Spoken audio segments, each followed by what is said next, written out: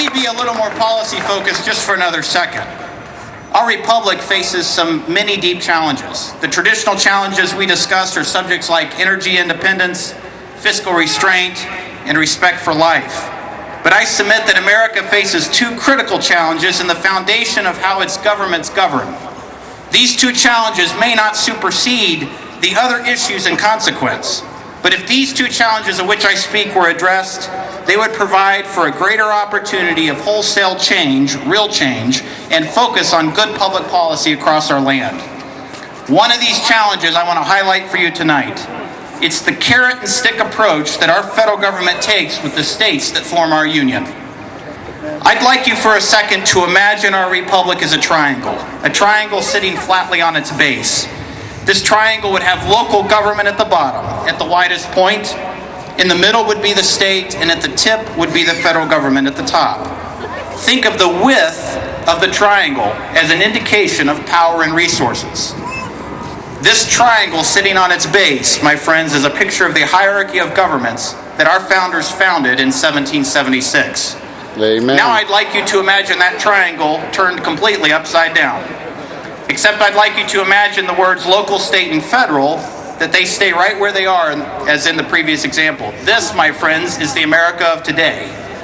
The federal government taxes you so it can give back to the states, so the states can give back to the local government. The only problem is, each time there's a portion given back, it comes with strings attached, and we lose a little of the value of the original amount given.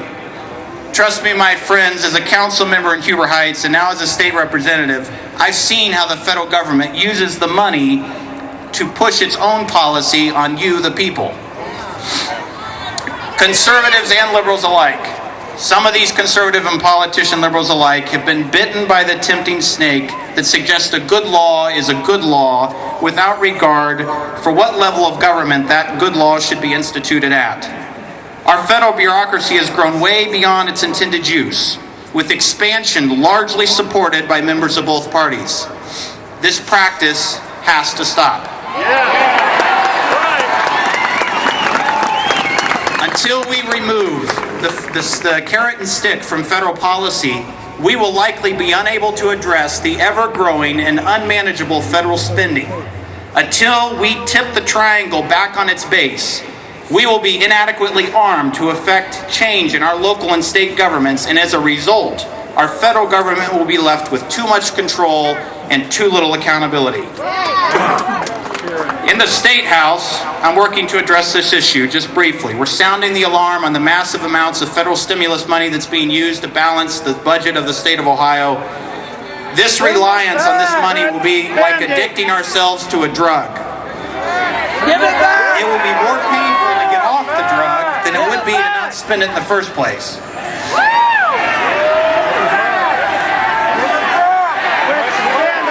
Give it back! Give it back! Give it back! Give it back! Give it back! Give it back! Give it back! We are also addressing, by the way, if you all didn't know, I won't say that. That would be too political. We're also addressing this upside-down triangle. I'm proud to be co-sponsoring a House concurrent resolution, and Jared Martin, who's with us here today, is leading the charge on this. We're real proud of him, from Greene County.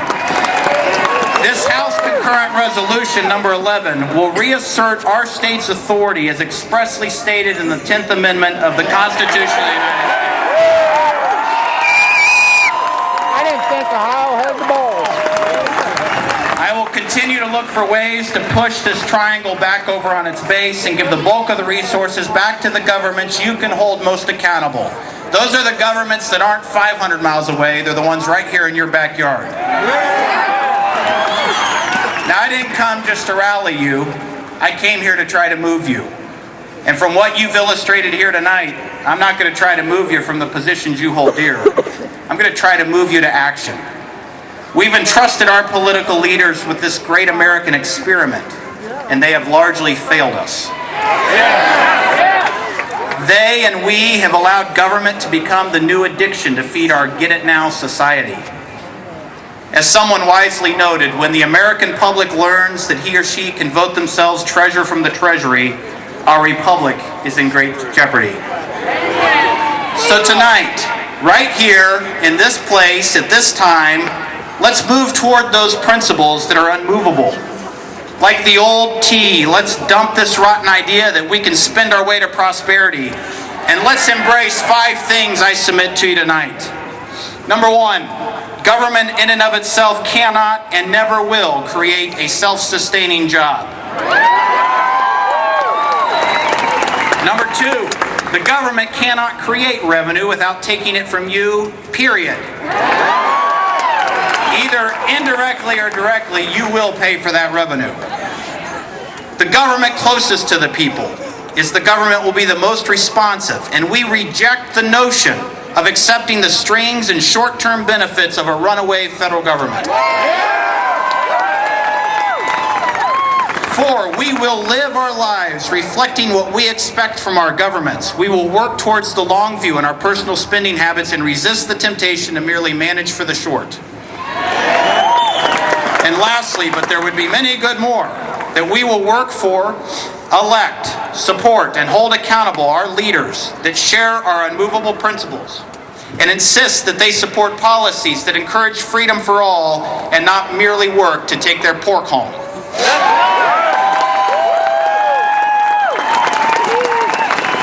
Friends, I love this country, and I know each of you do too. Otherwise, you wouldn't be out on a chilly night like this to protest the actions of our governor and the president and many other politicians. The actions that they have taken that will leave this state and nation in a spiral that we will be paying for years to come, both in higher taxes and in the deadly hidden tax called inflation. Because of our love for this country, let's fight until there's no fight left in us. Let's fight for a freedom for all, not a freedom for some. Let's support our neighbors and friends in need and resist the notion that that's government's responsibility. Let's fight for freedom with the same ferocity that our soldiers fight for it in Iraq and Afghanistan. In Iwo Jima or on the shores of Normandy. Let's fight for it like they did in World War I on the Western Front, or as they defended liberty in the Spanish-American and the French-Indian Wars. And yes, let's fight against all odds and with a government that is quickly moving towards not being of the people, and not being by the people, and not being for the people. Let's fight like the Patriots did in 1773.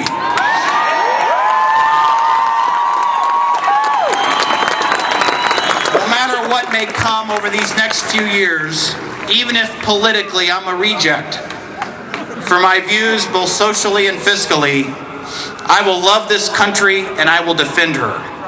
It will be my love for her that will lead my fight, that will guide my political actions and give passion to my cause. And I call on you to join me, and I call on you to do the same. We're with you!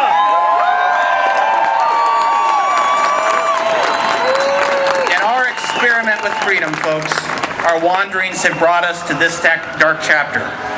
But by our efforts, may God bless our experiment in free self-rule with another 233 years. And may the words of Catherine Lee Bates remain true. O beautiful for pilgrim feet, whose stern impassioned stress a thoroughfare of freedom beat across the wilderness. America, America, God mend thine every flaw. Confirm thy soul in self-control, thy liberty and law. O beautiful for heroes proved in liberating strife, who more than self their country loved, and mercy more than life. America, America, may God thy gold refine, till all success be nobleness, and every gain divine. God bless Ohio, God bless America, and may he shed his grace